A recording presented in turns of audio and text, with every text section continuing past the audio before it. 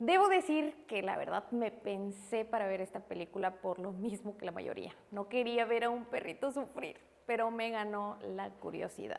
Agradezco mucho cuando toman riesgos en cuestión de ideas y Good Boy convierte a este perrito en más que un compañero. Lo hace un eje narrativo desde el cual se construye la experiencia. Desde el inicio la premisa me hizo recordar a Perro Coraje, así que sí o sí tenía que verla. Y es por eso que estoy hablando de Good Boy. Bienvenidos a Tu Cine, yo soy Nancy Martínez.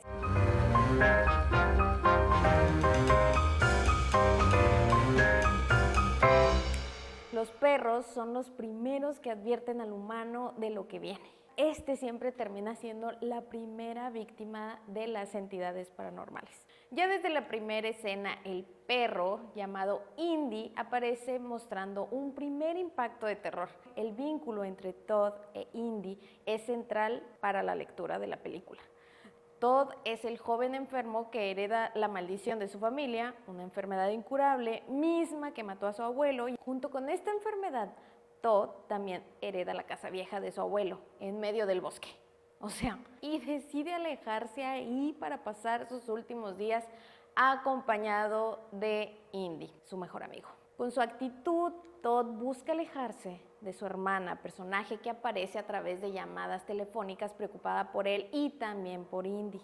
Al arranque de la peli nos muestran cómo se fue construyendo el vínculo entre Indy, Todd y su hermana, quienes lo cuidaron desde cachorro. Indy observa a Todd desde que la enfermedad se le manifiesta y cuando Todd se aísla en el bosque. Indy queda como guardián y como conciencia viva de la desintegración de su dueño. Aún así, Indy no abandona, no huye, aunque no comprenda del todo, porque así es el amor de los perros, sin condiciones, más allá de lo que entendemos por reciprocidad. Desde que llegan ambos a la casa heredada, aumenta la tensión y suceden escenas de Indy escuchando sonidos extraños que lo hacen ir a olfatear las puertas, llegando a escuchar incluso aullidos de otro perro. En este momento se incrementa la atmósfera de tensión porque empezamos a ver lo que el perro comienza a percibir. Al mismo tiempo, todo empieza a deteriorarse más, goteando y tosiendo sangre, lo cual da pie a una escena donde al estar bañando a Indy para quitarle el lodo que lleva encima, un ataque de tos hace que salpique a su perro escupiéndole sangre. Y esta mezcla en la tina entre la sangre y el lodo representa toda la enfermedad y podredumbre por la que el dueño está pasando y que su perro no logra entender del todo. En el caso de Indy, las muestras de fidelidad son entrañables símbolos de lealtad de él como compañero frente a lo inevitable. Obviamente la película por su protagonista logra ser adorable, pase que también es aterradora, pero creo que el guión narrativo dejó un tanto que desear, con una excelente propuesta que no llegó a darlo todo lo que pudo haber dado. El guión se siente un tanto débil, la acción se repite, la progresión se ralentiza, el film utiliza un recurso de terror reiterativo. La presencia que aparece y desaparece, algunas motivaciones y elementos quedan oscuros en la película. ¿Por qué Todd acepta ir al bosque? ¿Cuál es exactamente la entidad? ¿Cuál es su relación concreta con la maldición? El hecho de que la película deje mucho la interpretación y nos da muy poco para llegar a crear incluso una teoría, nos deja muchos huecos. Incluso llegué a sentir que ya que la peli dura 72 minutos, la historia podría haber funcionado mejor, quizá como mediometraje o un corto. Por otro lado, encontramos aciertos que reconozco totalmente.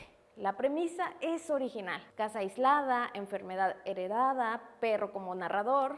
La decisión de contar desde la perspectiva y el protagonismo del perro es arriesgada, fresca y logra una implicación emotiva. La atmósfera, el diseño visual y la representación de los sentidos perrunos están bien logrados. Me gustó mucho el uso del paneo de las cámaras y las luces. Y funciona bien el hecho de que sea una película oscura, pero que juega con estos contrastes de luces. Ben Leonberg trabajó con un presupuesto bajísimo y ello le condujo a experimentar con la forma. La cámara se reemplaza al ras del protagonista canino y este recurso me encantó. Así los rostros de los humanos apenas son casi siempre a contraluz. Y a lo anterior se le suma el recurso de los desenfoques, como si el mundo humano estuviera desapareciendo lentamente. En cambio, el perro es el centro absoluto de cómo es percibido el espacio escénico. y el personaje humano se convierte con respecto al habitual rol del propietario consciente.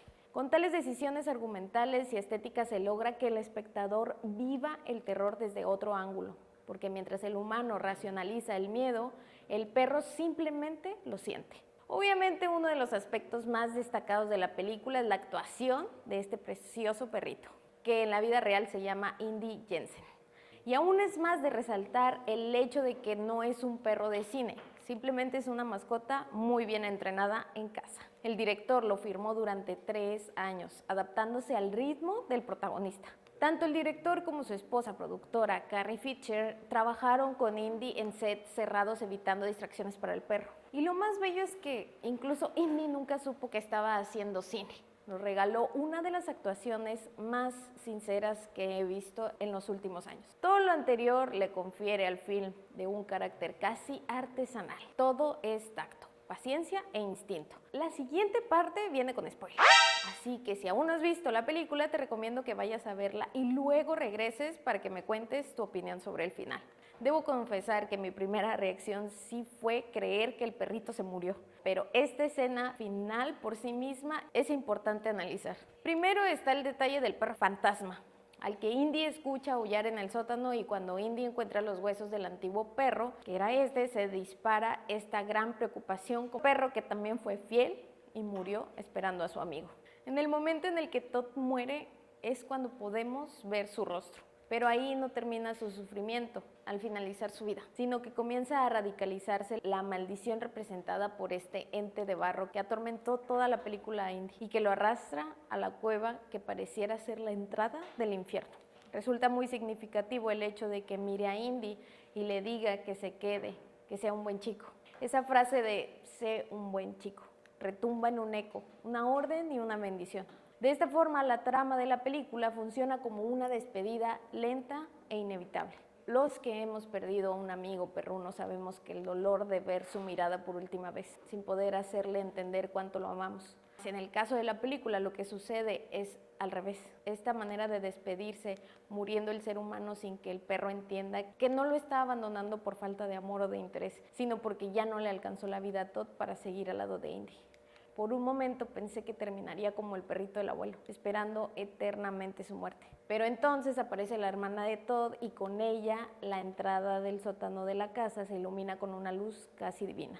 No sabemos si esa luz es de muerte o de salvación. Ella es quien llega al final por Indy. Otra cosa que me hizo reafirmar que en efecto Indy no murió es que durante los créditos finales lo vemos en el auto alejándose del bosque, que sobrevivió y que su historia no termina ahí, sino que simplemente continuará en otro lugar. Si tienen la oportunidad de verla en cines, vayan, aún está disponible y sí es una peli que totalmente recomiendo, y si ya la vieron, déjenme saber en los comentarios cuál fue su opinión. Recuerden seguirme en redes sociales y nos vemos en la siguiente crítica. Bye, mucho cine.